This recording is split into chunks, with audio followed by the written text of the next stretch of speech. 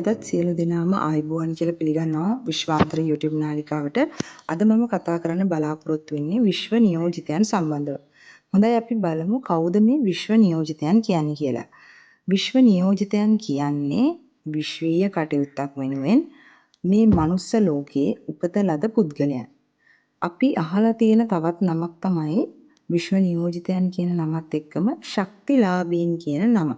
ඉතින් කෙනෙක්ට හිතෙන්න පුළුවන් මේ විශ්ව නියෝජිතයන් කියන්නේත් ශක්තිලාභීන් කියන්නේත් දෙකම එකක්ද කියලා. මේ ගැන මම තව දුරටත් පැහැදිලි කරලා දෙන්නම්. මේ ශක්තිලාභියෙක් කියන්නේ යම්කිසි ශක්තියක් දරන්නා වූ පිරිස් වලට. එහෙම නැත්නම් යම් ශක්තියක් දරන පුද්ගලයන් තමයි අපි ශක්තිලාභියා විදිහට හඳුන්වන්නේ. ඒක ආධ්‍යාත්මික ශක්තියක් වෙන්න පුළුවන්, මානසික ශක්තියක් වෙන්න පුළුවන්, නැත්නම් යම්කිසි මන්ත්‍ර ශක්තියක් වෙන්න පුළුවන්, එහෙම නැත්නම් වෙනත් බලවේගමය ශක්තියක් වෙන්න පුළුවන්. ඔය වගේ කුමන හෝ ශක්තියක් දරනවා නම් අපි යාව ශක්තිලාභියෙක් විදිහට හඳුන්වනවා. උදාහරණයක් විදිහට අපි ගත්තොත් ඔබ දන්නවා වරම්. වරමකින් වැඩ කරන පුද්ගලයෝ ඕන තරම් ඉන්නවා. ඉතින් මේ අය කුමන ශක්තියකින් වැඩ කළත් මේ අයත් අපි හඳුන්වන්නේ ශක්තිලාභීන් විදිහට.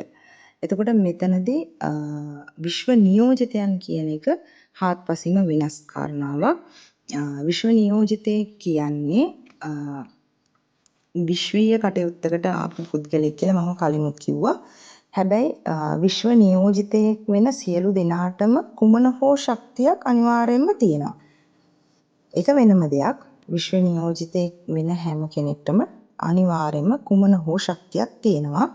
ඒ වගේම තමයි ඔවුන්ට ශක්තිය විතරක් නෙමෙයි ඔවුන්ට පැවරුණා වූ වෙනම විශේෂිත වූ රාජකාරියක් තියෙනවා. හරිද? එතකොට මේ විශ්ව නියෝජිතයෙක් වෙන පුද්ගලයාට ටික කාලයක් යද්දි මෙන්න මේ ගැන දැනෙන්න ගන්නවා.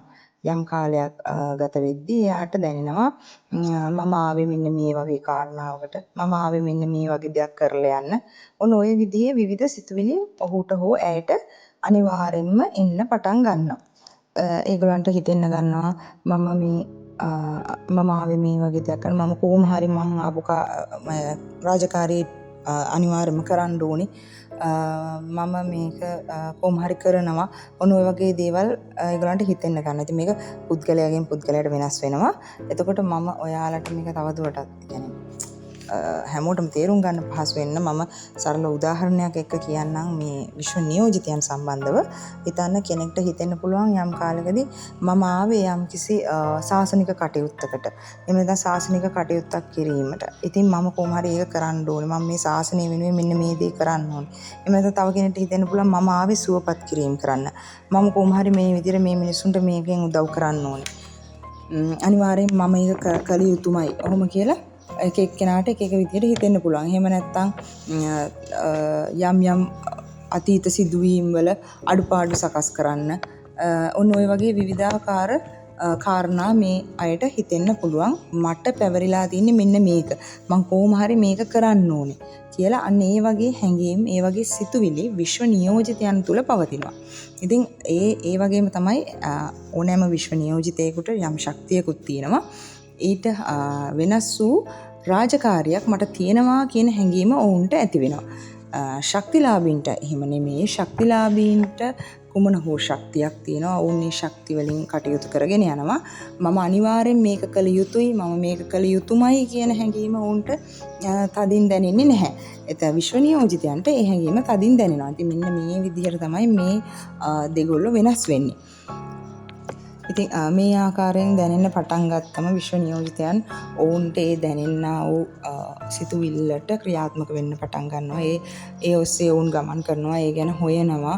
ඉතින් ඔවුන් ටිකෙන් ටික මොනම හෝ ආකාරයකට ඔවුන්ට පැවරුණු දේ කරන්න පටන් ගන්නවා.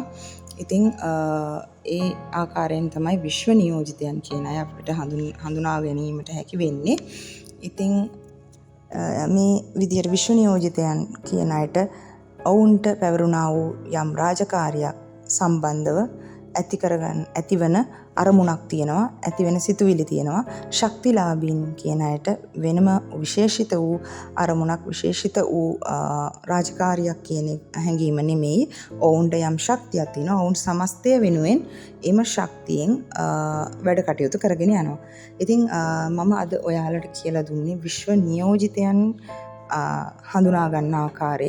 ඒ වගේම මම බලාපොරොත්තු වෙනවා ඉදිරියේදී කතා කරන්න විවිධ කාලවලදී ඉපදුනා වූ විශ්ව නියෝජිතයන් සම්බන්ධව සහ ඔවුන්ට මේ වෙනකොට ඇති වෙලා තිබෙනා වූ ගැටලු සම්බන්ධව අපි ලබන සතියේ ඒ සම්බන්ධව කතා කරමු. අදට මම මේ වීඩියෝ එකෙන් සමුගන්නවා. ඔබ සියලු දෙනාටම සුබ සතියක් ප්‍රාර්ථනා කරනවා. ආයුබෝවන්.